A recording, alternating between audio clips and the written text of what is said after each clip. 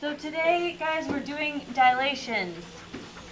Okay, so we've done rotations, translations, reflections. We've done all of our rigid transformations that produce congruent figures.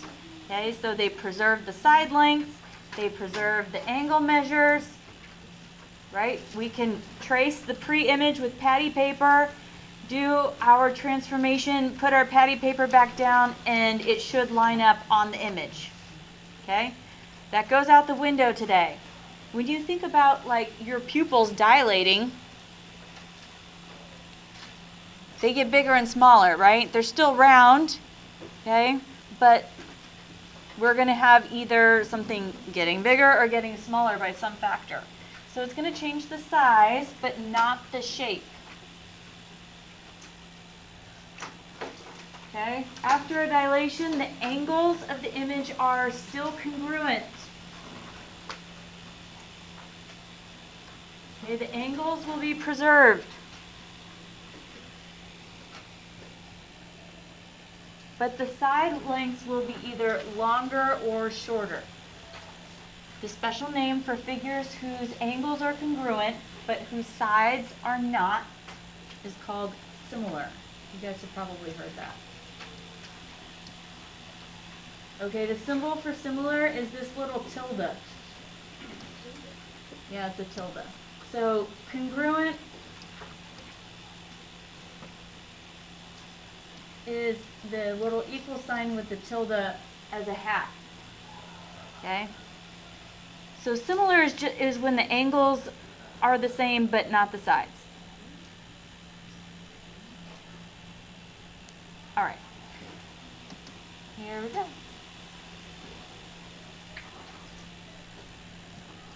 We're going to do a little bit of this, and then we're going to jump to the back and actually do the synthetic stuff today, just because I think it makes everything that we're about to do in the coordinate plane easier to see. Okay? I wish I had put it in this order to begin with. We need to know that the center of dilation is a fixed point from which all points of the pre-image are either enlarged or reduced. So you can see here that I have a segment PQ, okay? And then radiating out from my center, if I connect my center of dilation with my points P and P prime, they should all be collinear. I have these lines that shoot. Whoops. I really wanted to do a blue line. They come shooting out like this. What do you notice about my segment PQ and my segment P prime Q prime? They're parallel. So I know that any enlargement or reduction that I do has to be on these two auxiliary lines that I've drawn, okay, and parallel to the pre-image. So I could go here, right? I could get bigger, even bigger, and go here. Oh, sorry, that was really not parallel at all. That was the worst. Okay, it could be here. Anywhere. Does everybody see the restrictions? Okay. All right, cool. A line connects the center to the pre-image and its image. Also, let's pretend. Oh my gosh.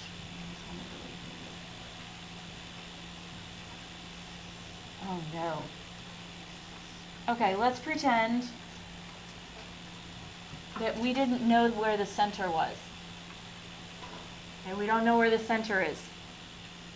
We can draw our auxiliary lines going through our image and pre-image.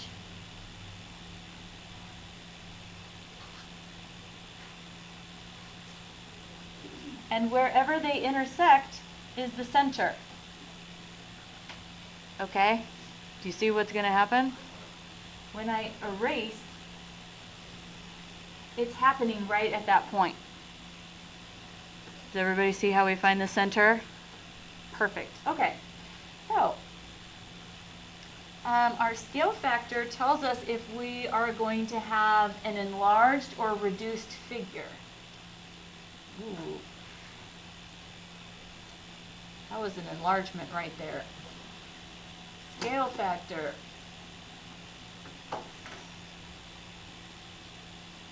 We kind of did this when you were in Algebra 1. Do you remember when you had a quadratic and you multiplied everything by 2 and everything got stretched? Okay? So we multiplied by 2, but that was only in one direction. Now, when we dilate, we're not just going to stretch vertically, we're going to do it horizontally at the same time by the same amount. Okay? If we only stretch or compress in one direction, that's not a dilation, that's different. We'll talk about that a little bit later this week. Okay? So we're doing the same thing in both directions. So if our K value, which is our scale factor, is bigger than 1, our dilation is going to be an enlargement. Shocker. Okay, if our K is a value between 0 and 1, the dilation is a reduction. What happens if our K is equal to 1? What happens? Yeah, it stays the same. Okay? Then it's not really a dilation, it's like an isometry. Because it's going to produce a figure with congruent sides also. The sides aren't getting multiplied by any factor. The angles are the same anyway.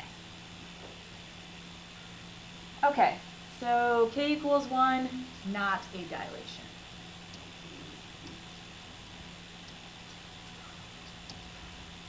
All right. Take 2 seconds. It's going to be more like 30. I want you to figure out whether each of these K values is going to be greater than 1, so it gives you an enlargement, or between 0 and 1, and it gives you a reduction.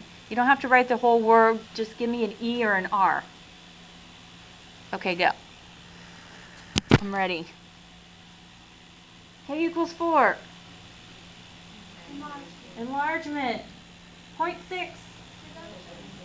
1/3. 1.3. Good. 9/5. Okay. I was hoping we wouldn't fall into the trap of all fractions are, because some fractions are improper fractions and their values are greater than 1, right? Okay. So we are going to now hop all the way to the back. Well, not all the way to the back, but we're going to skip all this coordinate stuff and come back for it. We're going to do this. So find me on example 10.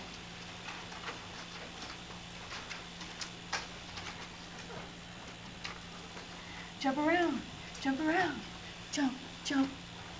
Nope.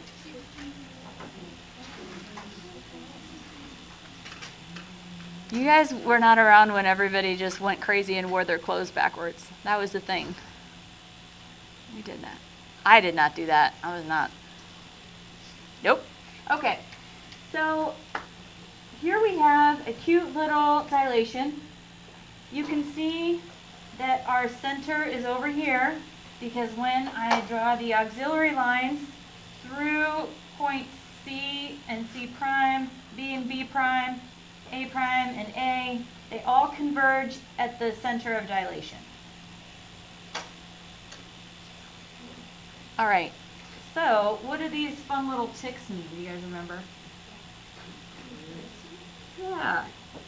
So, are there any units of measure on this? Do we have like inches or centimeters? So can we just call this 1? Okay, so if this one is congruent to that one, what is that? 2. Okay. What do you think I had to multiply by to go from a length of 1 to a length of 2? Yeah, so what do you think the scale factor is? Ta-da! Good job, you got it. Our K is 2. Okay, so using that, we are going to dilate it even farther. So right now we already have an image. It's this red triangle. We are going to dilate the image. You can tell by the prime notation. So we're going to do a composition where the first part has already been done for us. We're going to do a dilation of a dilation. We are going to multiply that by a factor of 2 again.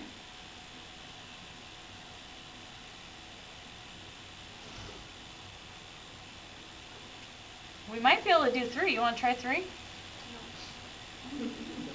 You want to try 3? 3 would be fun. Let's do it. Let's do 3. 3 would be really fun. All right, we're going to do 3. All right, get your compass out if you don't have it already.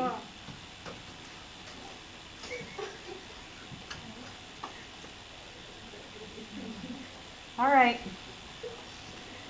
So the first thing I need to do is extend my auxiliary lines.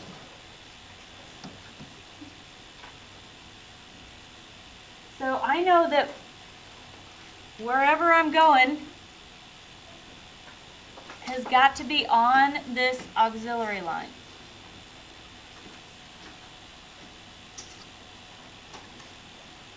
Okay? Go ahead and extend all of them.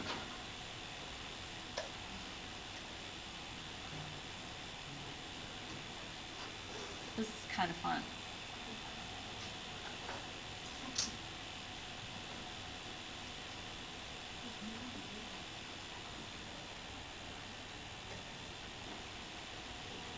Hopefully I gave you enough paper. If we don't have enough paper, we'll go back to 2. I think I gave you enough paper. Okay, so basically we're going to now treat this like it is our 1. Okay? Do we know how to copy a distance? Oh, come on. Oh, for shame. Do you not have a distance copier in your hand? Your compass is your distance copier. Do you remember when we copied segments? Is this not a segment? Can't I copy this segment so that this endpoint is coinciding with A prime? Do you see what's happening? All right, let me get my compass. All right, I'm going to use my distance copier. I'm going to copy that length. I'm putting my metal tip at the center point. Okay, I am measuring the distance from the center point to A prime. I'm going to make a little tick. I am copying that distance. I'm putting the metal tip at A prime at my little arc tick. And I'm making another arc here. Okay, so far I've doubled it. But we said we were going to go for 3, so I have to do it one more time. Oh yeah, we have enough room for 3. This is kind of fun. Okay, so we just tripled it. Okay, here's our 2. Whoop, there's 3. Everybody see it? Easy as pie.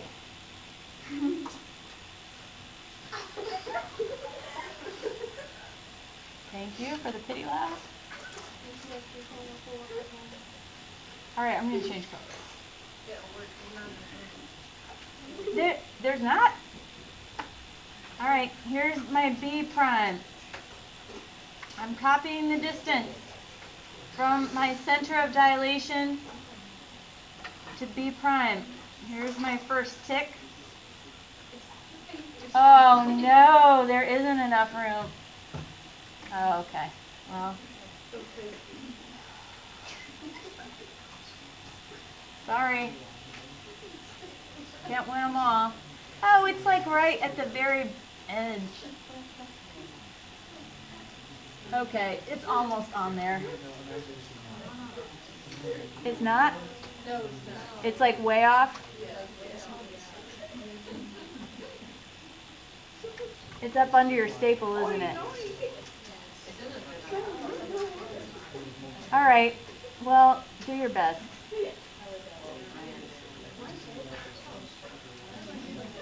All right.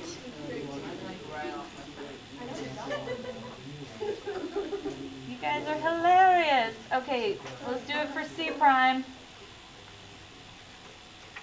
Bunch of comedians. Okay, copy. Copy. Oh, this one's off too. In my head, it really worked.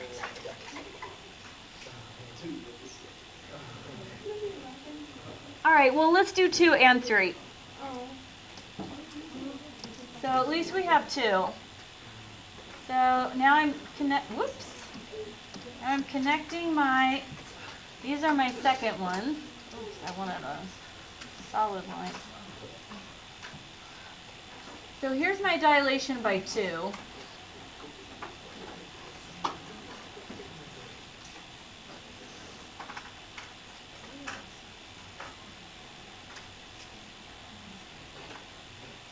Okay, it does not want to go where it's supposed to go. Okay, and then my dilation by 3 is kind of off my page, but you get the idea. Whoops, where to begin?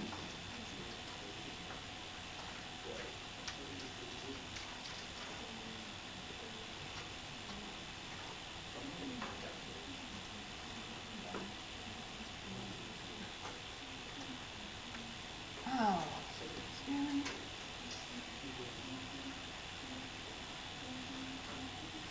Okay, so what can we say about corresponding sides in all of my images?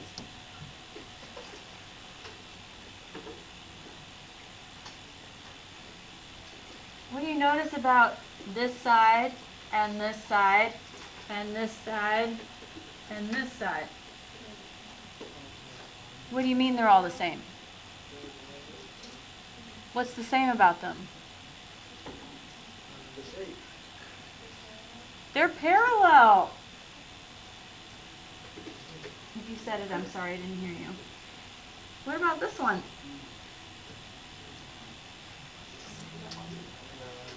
These are parallel too. What about this guy?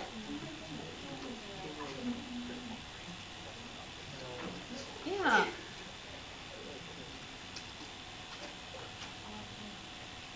So, in a dilation, did I have any change in orientation in space, like any turning or reflecting? No. So, all my corresponding signs are parallel. I just would either like get bigger or shrink down. Questions? Okay. Well, that was kind of fun. Someone say no? All right. It wouldn't be geometry notes, guys, without a typo. We are going to do a center of dilation at point E instead. Otherwise, it'll really be off the page. So we are going to dilate this triangle GEO, by a factor of 1/2. So we're going to enlarge it or reduce it? Reduce it. Now, my auxiliary lines, if I start my auxiliary lines at my center of rotation, which is what I'm doing.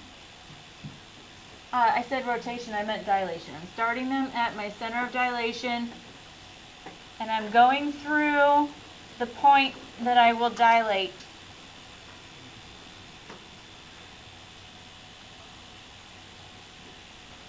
Notice that my auxiliary line is on the side of my triangle, which is convenient because it makes my life a little bit we got less work.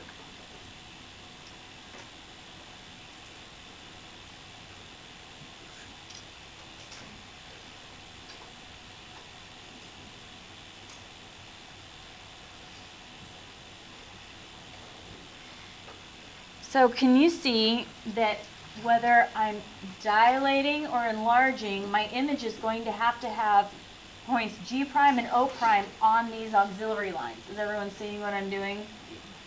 Okay. Okay. All right, so we just have to figure out how we're going to make, like, this be the 2, and then something here be 1. Does that make sense to everybody? Okay, so we're going to go by 1/2. Any ideas for finding the halfway point of a segment? What construction do we know? Yes, ma'am. Yes, a segment bisector. We know how to make perpendicular bisectors. You can bisect this all day long. That's what we're going to do. All right, get your compass ready. I lost mine. I don't know where it went. Oh, it's up at the top. All right, so I'm going to work on GE first. So metal tip at point G. Okay, you want to set your radius so that it's a little bit more than halfway.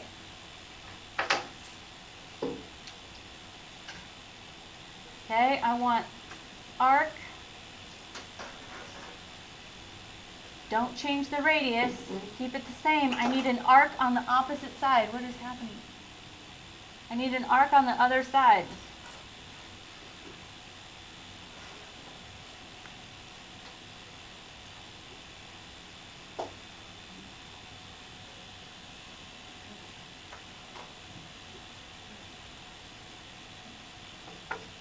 Okay, keep the same radius. Don't change it. Okay, now we're going to put the metal tip at point E. Guys, I have to draw to get down here, but then I'll erase it, okay? So don't freak out. Oh, I hit it, good.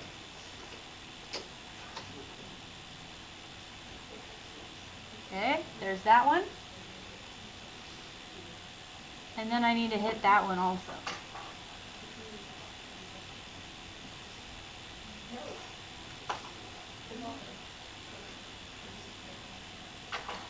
Okay, connect my intersections.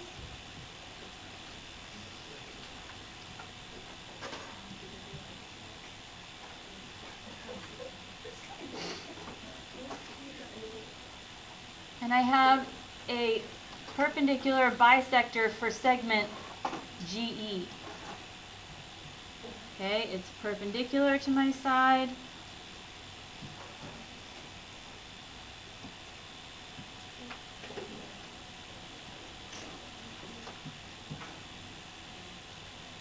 Why isn't my pencil writing? Okay, now we got it. Okay, it's also chopping my side in half and making 2 congruent halves, 2 congruent segments. Okay, at the midpoint of my segment, where my perpendicular bisector intersects my segment GE, is the location of G prime for my reduction.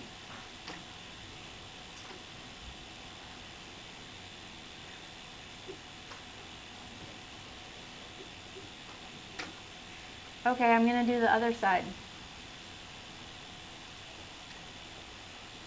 Or maybe not.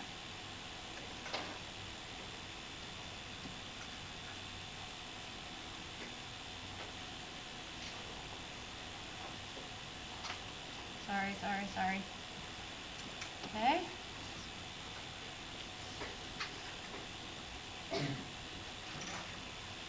All right, so I need a little bit bigger than halfway. Okay. Make my arcs out here. And in here.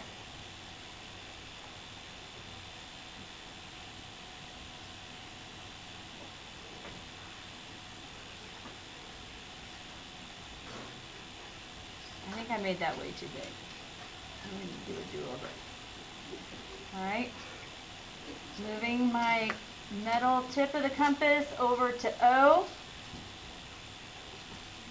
Keeping my same radius.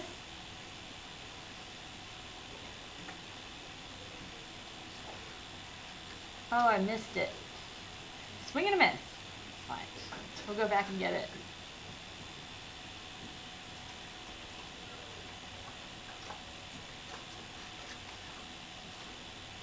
All right.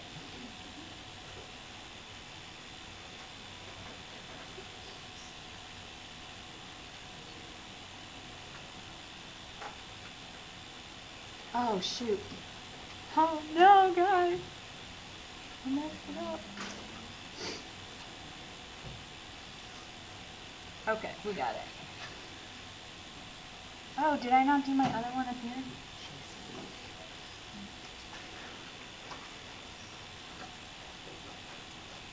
What happened to my other arc? I don't know what I did. I lost it. I must have undid it. Okay. Well, that was a whole lot of fuss. All right, connecting my intersections for my arcs, making my perpendicular bisector. Now, I don't want to say that this length is congruent to that one, so I need to give this one a different number of ticks. Okay, this is the location of O prime. Where the heck is E prime? Same spot. If we have a point in our figure that is on the center of dilation, it doesn't get dilated. It just stays where it is. Or the dilation just makes it stay where it is. All right, so here is my E prime. All right, I just now have to connect my G prime and my O prime.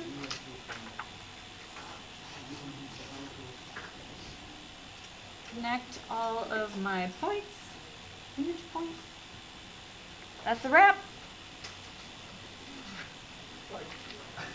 Okay, you might have noticed that we haven't filled in the function notation box yet. Let's do that.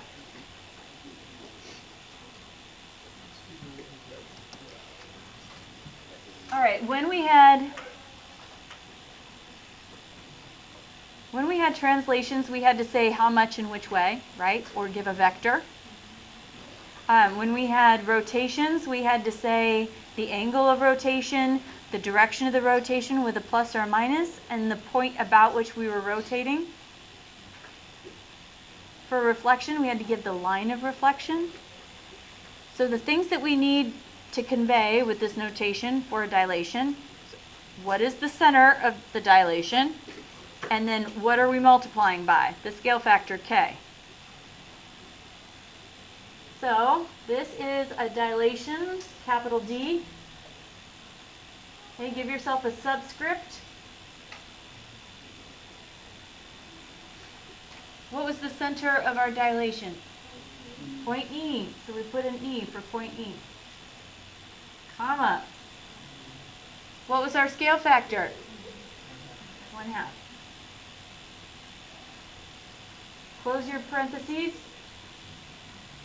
What is the name of the figure that we are transforming? Good.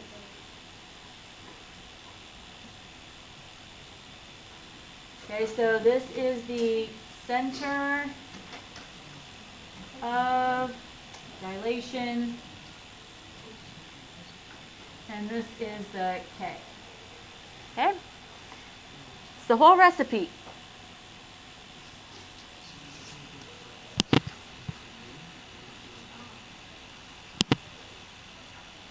All right, let's flip.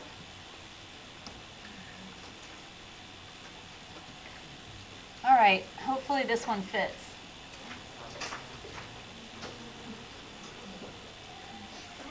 All right, let's start with the function notation this time. Which transformation are we doing? Dilation, big capital D. Give me a little subscript. What point is the center of our dilation? E. Give me an E. What is our K? Give me a 3. What are we dilating? It's for algebra. The other one was Geo. I thought it was fair if we gave algebra one. All right, so we've got to make our auxiliary lines nice and long because we're multiplying by 3. This could get really huge. Huge. Okay, so my auxiliary lines are going, I want a dash.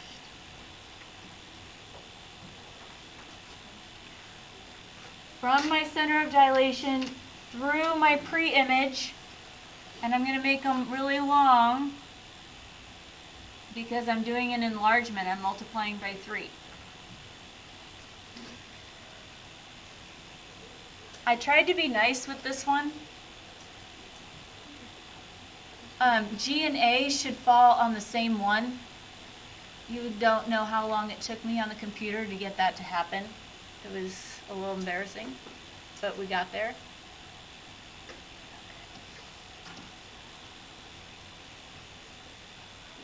Okay, what do I need to do?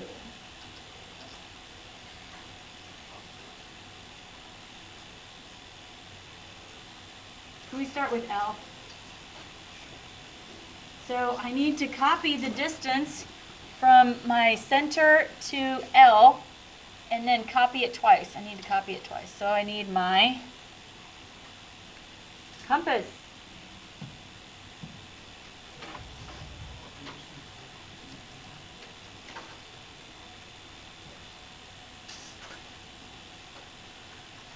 Copying E to L. It's easier to get bigger than it is to chop things into parts.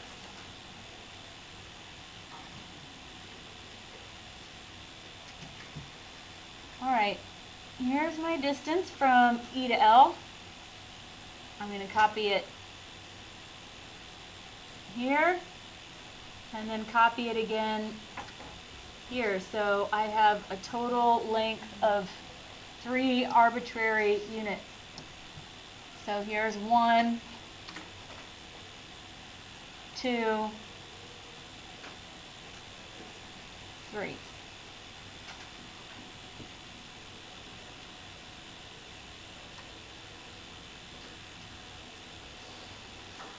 Okay, so this is the location of my L prime.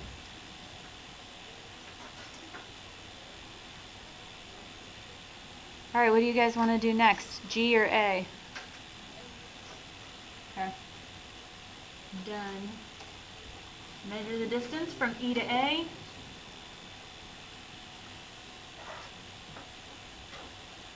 Give it a little arc. That's our arbitrary length of 1. Copy that distance. Copy it again. So we have 3 of those arbitrary lengths. Here's our 1. Here's our 2. And our 3.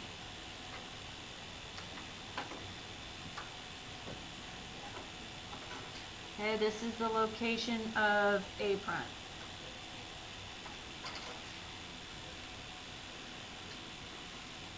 Okay, last but not least, we're still working on the same auxiliary line, but now we're going to do point G.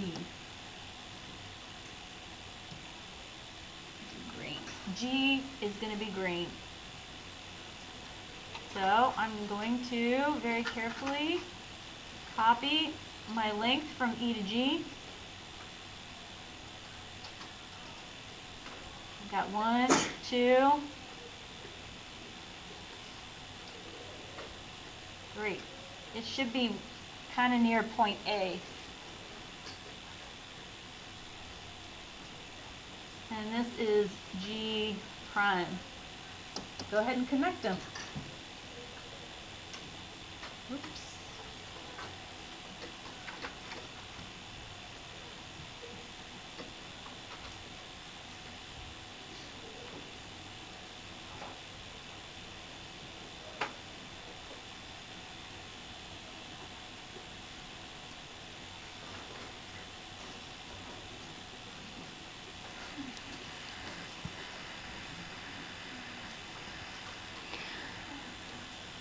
Okay, once again, if I didn't know where the center of dilation was for this figure, I would be able to draw my auxiliary lines and see where they intersect. Drawing them through the image and pre-image points, and they converge at the center of dilation. Okay. My side lengths, my sides segments are parallel. The corresponding ones are.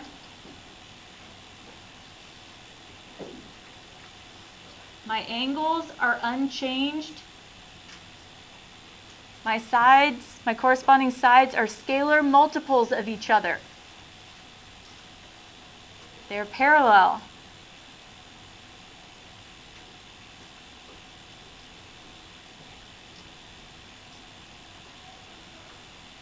That's it.